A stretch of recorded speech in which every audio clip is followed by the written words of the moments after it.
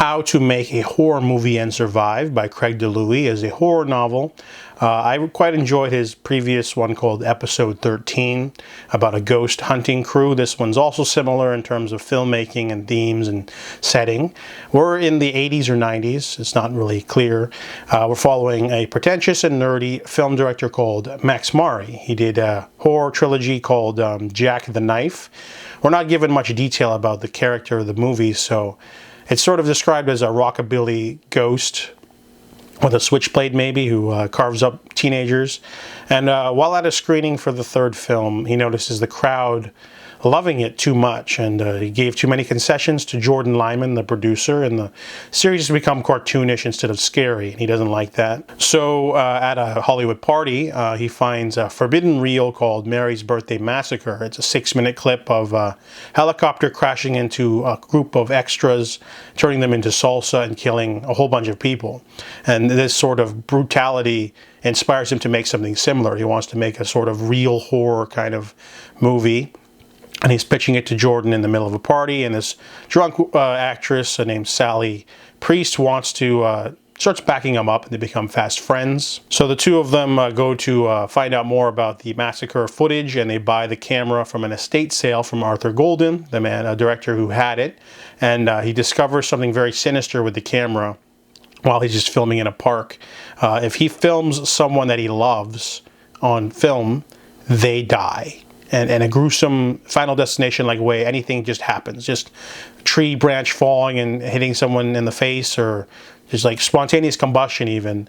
This is definitely a horrific, cursed camera. And he buries it, and he's scared.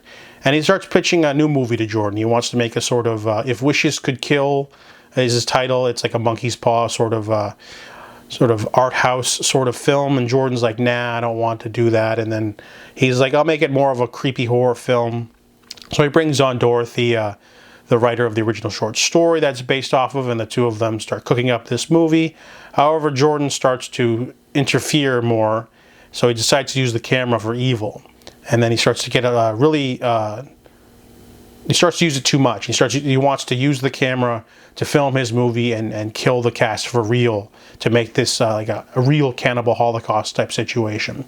So this book is interesting. It's got really good characters. It's got the cliche sort of, I'm a director trying to do stuff, and there's producers in my way, there's actors in my way.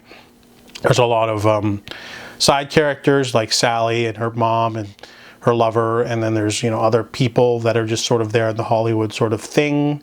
And they sort of have the casting couch plot line, and there's also this and that. It's not a very scary movie. That's the thing I didn't quite enjoy about it.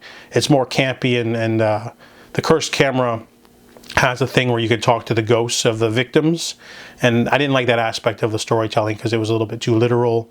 And then I think the weakest part of the film is that I really enjoyed it for the most part, but after about 75%, the book gets really rushed, and it just sort of ends on a really subpar note where it's like, it's not really horror anymore, let's just go with it. And then it seemed a little bit tame for me. I was hoping for a more darker ending, and we did not get that at all. So overall, it's still a fun read. It's can be described as Bowfinger meets Final Destination, I guess. So it's a fun, quick read. It's not too long. Didn't like the third act, but overall, 3 out of 5.